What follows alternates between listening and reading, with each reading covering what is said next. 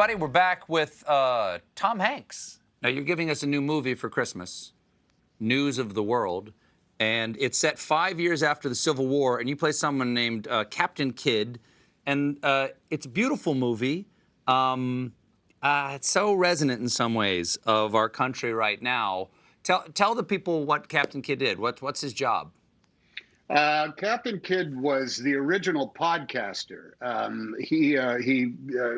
He reads the news in towns that do not have newspapers, that have no connection with the outside world. So in a place like Dallas or San Antonio or New Orleans, he buys all the newspapers that can come from anywhere in the world, the London Times, the Boston Herald, as well as the local papers, and he tells the people what's going on in the world, right down to how many people are dead of rubella or scarlet fever, whether the river is rising, whether the ferries are out. But also, he talks about a new baseball organization that is now paying its players in the grand metropolis of Cincinnati. A team called the Red Stockings are going to be professional players of the game of baseball. There's now an 8-story brick building in Boston that has a thing in it called an elevator, which is an automated little portico that takes you up instead of making you walk the stairs. There actually were these guys that did this, and for 10 cents, you could sit and listen to fabulous tales from around the world and experience a show at the same time. That's what he does. That's what he does for a living. And the adventure of the movie, he comes across a young girl who's been taken away by the Kiowa tribe of Indians and raised, and they have since found her, and he needs to take her home to whatever family she has left. Across some pretty rough parts of Texas, and the thing about this is that we've never seen Tom Hanks on horseback before. We've never seen a Tom Hanks Western before. Why did it take this long to get you with a pistol? Because they don't make Westerns. Simple as that. There was a time when every actor had to do a Western. Everyone did Westerns. There was a time when so many Westerns were made that actors always rode the same horse in every Western they made. You want to hear a showbiz story, Stephen? I always do. Showbiz story? Always do. All right. I'm just going to throw out a name. I'm going to drop a name now. You tell me if you recognize it or not. Jimmy Stewart. You familiar with the name? I've seen some of the work. Through a fate that is grander than anything I ever could have imagined in my life, I'm in Jimmy Stewart's house getting my picture taken with him for one of the many incarnations of Life magazine. Yeah, I just dropped that. There you go. Yeah. So he's showing me around his living room, his parlor, and there is no sign of Jimmy Stewart, the movie star, anywhere in this thing. Actually, there's some photographs of a man, a woman, and a daughter in various places around the world in picture frames, and it's an elderly, balding man and a woman. And sorry about that. And answer that. Do you need to take that? We'll wait. No. It's the. Hold on. Hello? Yes. Yeah, hello? Hi. Yep. Okay, Yep. Fine, thanks. You're welcome. Got it. All right, so where was I? So there are no signs of Jimmy Stewart except him without his piece. All right? No, so I did not know he had a was piece. That's good to know. Well, John Wayne did. They all wanted to do that. So he's showing me through his, and there is no sign. There's maybe a little figurine of Harvey the Rabbit, but other than that, there's nothing from a career.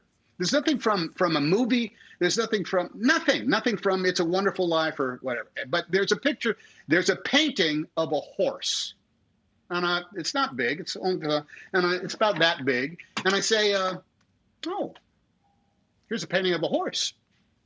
And he said, and Jimmy, I can't do a good Jimmy Stewart, but he said, yeah, that's Hank Fonda painted that for me. He paints, Hank likes to paint.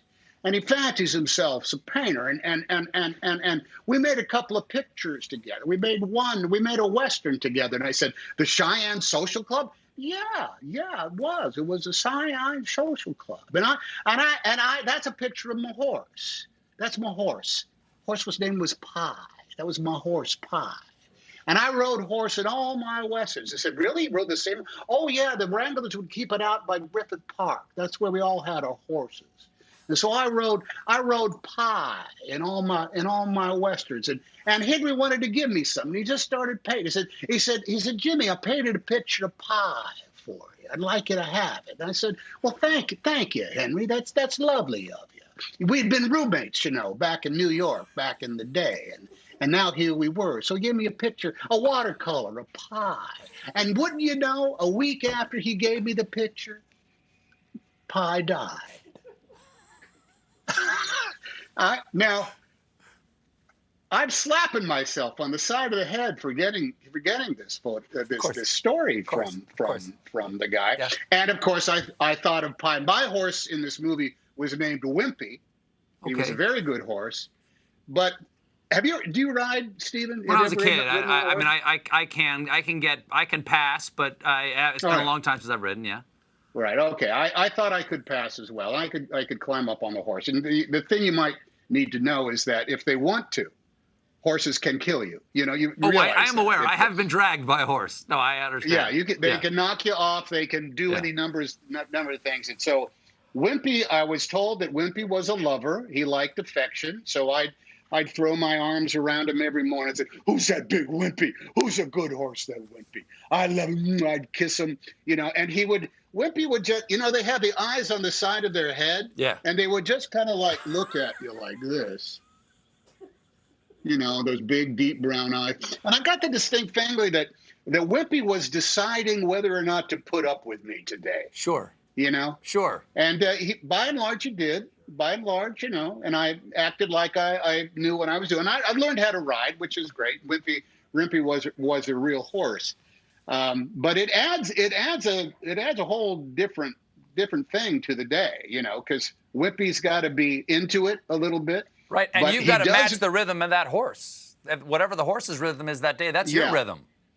Yeah, and Wimpy, there's sometimes he doesn't like walking in fake rain. He doesn't like walking in fake mud, but he does, But you just gotta coax him along a little bit. Have you guys stayed in touch? Wimpy and I FaceTimed just earlier today. Good. And he got that big. He got that big hook. You're on Zoom. You're on mute. That's Wimpy, right. You're on mute. No, he does that all the time. I'm seeing Wimpy. I point to the microphone. Tom, I've been told we have a clip here. Do you want to? This is a very, very serious clip. This is at a moment where some extremely bad guys are threatening myself and my charge, who is played by Helena Zangel, this fabulous young woman who is an extraordinary actress at the same time. And this is us dealing with a problem. Jim. Hey, Kev! You're good for a man of years! Ain't you just so damn tired of all this? Help me. Didn't we have our body and soul broke out there? Seems an awful shame for it to end like this when you could just join us. This world. Here. Rich pickings for some. Slim pickings for the rest of us. Here.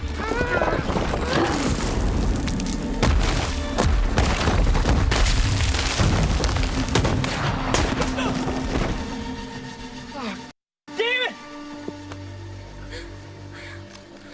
You go. Take the horses and go. I shoot, you go.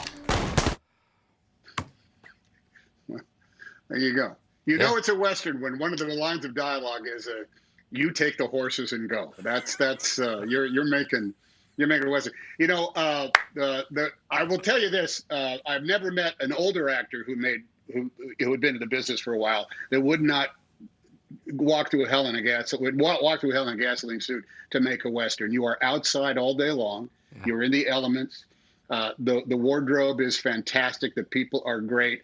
And we shot that up on the edge of a cliff that was very difficult to get up to. And then we did what was required and talked about horses.